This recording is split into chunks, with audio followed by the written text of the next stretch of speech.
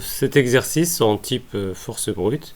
Alors juste un petit rappel pour l'exercice, de quoi il s'agissait. En fait, on a un tableau qui présente différentes photos, leur poids et le prix à laquelle on peut espérer les vendre, etc., etc. On doit les déplacer sur un espace très très limité, parce que 15 mégas c'est vraiment pas grand chose. C'est vraiment histoire de faire un exemple, hein. Et on nous demande quelle combinaison de photos choisir pour que ça rapporte le plus. Alors là, on fait dans cette première façon de faire, je vous demandais en fait de travailler sur cet exemple en ignorant tout de ce qu'on appelle la méthode Gluton, c'est-à-dire on va faire en force brute, on teste tout pour trouver la meilleure combinaison. Alors pour faire ça, il faut quand même s'organiser et puis écrire des fonctions dont on aura aussi besoin dans la méthode Gluton. Donc la première fonction, c'est une fonction gain qui prend comme argument une liste du même type que la liste de photos, vous l'avez vu, et qui retourne le gain en euros du photographe pour cette liste. Alors, je ne sais pas trop comment vous avez pu comment vous l'avez imaginé. Alors, on appelle gain. Elle prend une liste en entrée. J'appelle data, je vais me donner. Et en fait, il faut faire la somme en euros. Alors, je vais appeler ça euros. Et j'utilise la fonction somme pour aller vraiment plus vite. La fonction somme de Python. Et je vais définir une liste en compréhension du prix du prix qu'il y a dans data. Donc prix for, et on va, comme on a un tuple dans data, on va prendre nos trois variables. En fait, le prix est en deuxième. Je ne sais pas si vous vous souveniez que le prix est en deuxième. Et je vous propose cette méthode.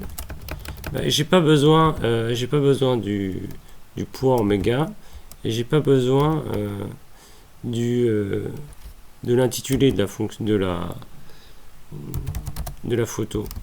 Donc ça m'ira très bien. Les tirets bas là que vous voyez, c'est quand vous avez un joker. Quand on ne s'intéresse pas aux trois premiers arguments du tuple. Parce que je reviens à... Voilà, vous voyez, quand on va parcourir la liste exemple, par exemple, on va voir un tuple avec trois champs. Le premier, 0, 1, 2. Et moi, je m'intéresse au prix que cela rapporte, là, les 8 euros, les 3 euros, les 7. Donc, je peux négliger les trois premiers champs. Donc, j'en ai pas besoin. On pourrait mettre un nom de variable, hein, mais j'en mets pas parce que j'en ai pas besoin. Et voilà. Et c'est fini normalement. Return euro. Voilà. On sauvegarde. Alors, on peut tester ça. Donc, si vous êtes dans votre éditeur favori, soit vous passez en console, soit vous êtes dans un environnement complet. Moi, j'aime bien la console. C'est ma façon de faire. Voilà, j'ai un Python 3. Et donc moi je l'ai appelé force brute. D'ailleurs j'aurais pu tout faire dans la console, hein. Mais comme je veux le conserver pour plus tard, je préfère l'enregistrer comme ça. Voilà, la fonction gain est importée. Donc là il me reste plus qu'à saisir l'exemple. Alors je regarde parce que je l'ai pas devant moi et que je l'ai pas préparé. 4.5,8, chat. C'est long à taper. Voilà, virgule le suivant, 7.5, virgule 3, virgule paysage. Voilà, et le troisième, et ce sera fini. 2,5, virgule 7, virgule sport. Photo de sport. Voilà. Voyons voir ce que la fonction gain d'exemple me retourne. Alors si j'ai pas fait d'erreur en définissant ma fonction, elle devrait me retourner donc ici 8 plus 3 qui font 11, 11 plus 17, 18 euros. Voilà, 18 euros.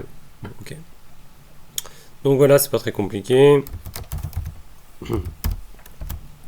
La question 2, elle doit vous retourner, comment on a dit, cette fois-ci non pas le gain mais le poids. Alors comment je l'avais nommé? Je vous ai demandé d'appeler ça poids. Alors, comment on pourrait nommer? J'ai un chat dans la gorge, je suis désolé. Mégaoctet. J'ai pas d'inspiration dans les noms de variables. Et ici, eh bien, c'est la mémoire qui m'intéresse, pas le prix. Bon, prix, vous pouvez le laisser comme ça si vous voulez, mais voilà, on met comme ça et on retourne mégaoctet. Voilà, c'est enregistré et on peut tester la fonction poids. On a fait les questions 1 et 2. Maintenant, troisième question, il faut rédiger une fonction qui, parmi toutes les combinaisons de photos possibles, pesant moins de 15 mégas, retourne celle qui rapportera le plus au photographe. Alors, donc voilà nos photos, et il faut faire toutes les combinaisons possibles. Alors des combinaisons, il y a des combinaisons de 1 élément, des combinaisons de 2 éléments, de 3 éléments, de 4, de 5, de 6. Donc, il va falloir faire une boucle sur le nombre de combinaisons et générer les combinaisons de chacun pour k allant de 1 à 6. Et ensuite, ne garder que celles qui ont un poids inférieur ou égal à 15. Voilà. Bon, on y va. Alors, en fait, j'avais déjà tapé, parce que c'est long. Sinon, ça aurait été long pour moi de retaper les photos. Voilà ma variable. Alors, def, vous pouvez l'appeler force brute, force. Et on prend en argument data. Voilà, et c'est parti. Donc tout d'abord, ce que je vais faire, c'est que je vais stocker mes résultats dans une liste. Donc je vais l'initialiser à rien. Ensuite, je vais faire une boucle sur le nombre de combinaisons. Alors, voilà, le nombre de photos, ça correspondra au nombre de photos. Alors, nombre de photos, ça va être une boucle qui va aller de 1 à 6. Pas besoin de faire les boucles avec 0, hein. Ça rapporte rien, 0. Et 7, vous le savez, est exclu. Donc, bon, en fait, si je voulais être plus rigoureux, il faudrait pas que je mette 7 ici, mais je mette longueur de data. Allez. On va bien le faire. Len de data. C'est mieux comme ça. Et maintenant, on va demander les combinaisons qu'il y a dans data. Voilà. Et on utilise la fonction combinations. On prend data et on choisit le nombre de photos.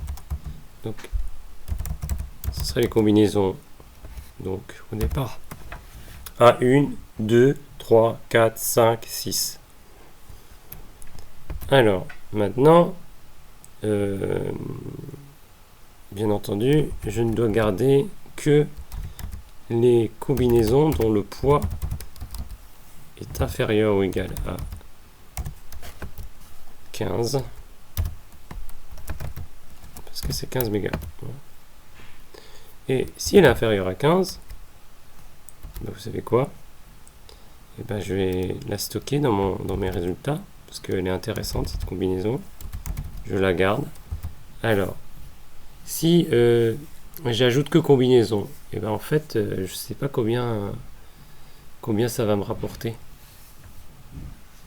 Et bien en fait, on va ajouter un tuple. On va ajouter le gain rapporté par cette combinaison, ainsi que la combinaison. Alors, voilà. Si vous êtes encore plus gourmand et vous voulez avoir des informations, supplémentaires, et ben vous pouvez demander aussi le poids. Voilà. Vous voulez savoir combien de mégas vous allez envoyer. Alors, on n'en a pas besoin en fait. Hein.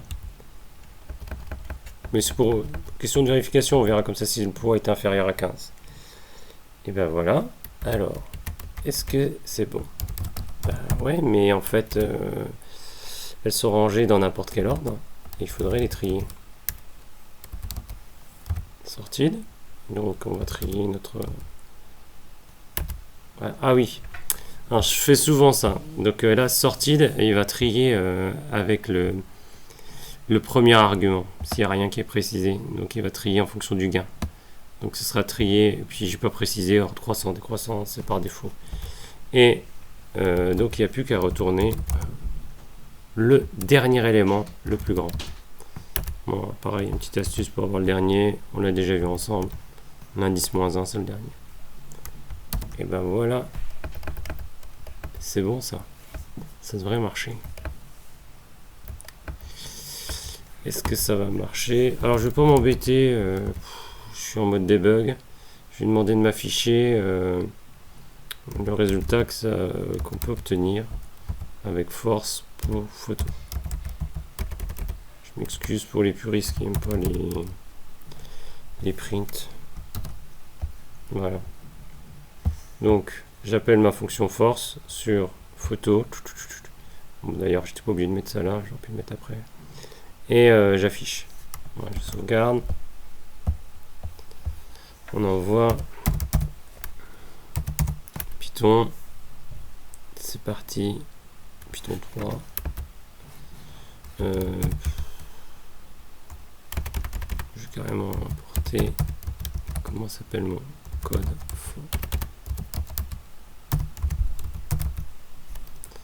Bon, ceux qui ont un bouton directement, voilà.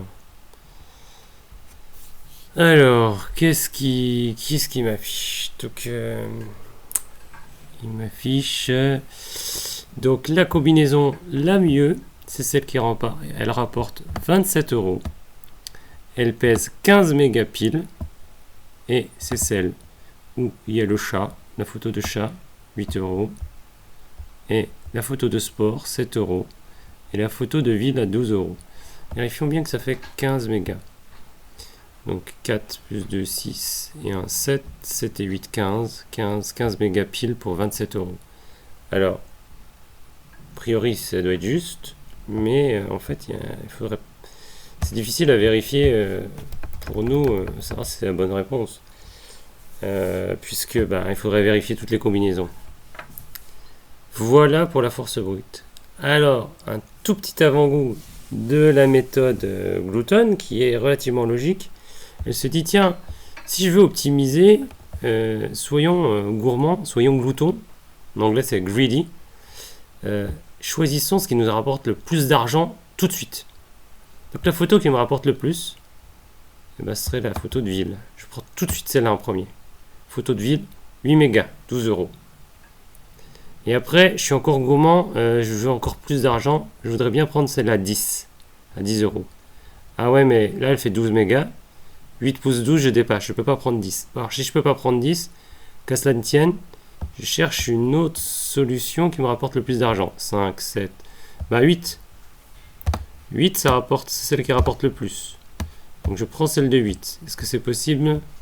Oui. 8 plus 4,5, ça fait 12,5. Donc, je la prends. Ça me fait 20 € en boutique. Et je suis à, je ne me rappelle plus ce que j'ai dit, à 12,5 mégas.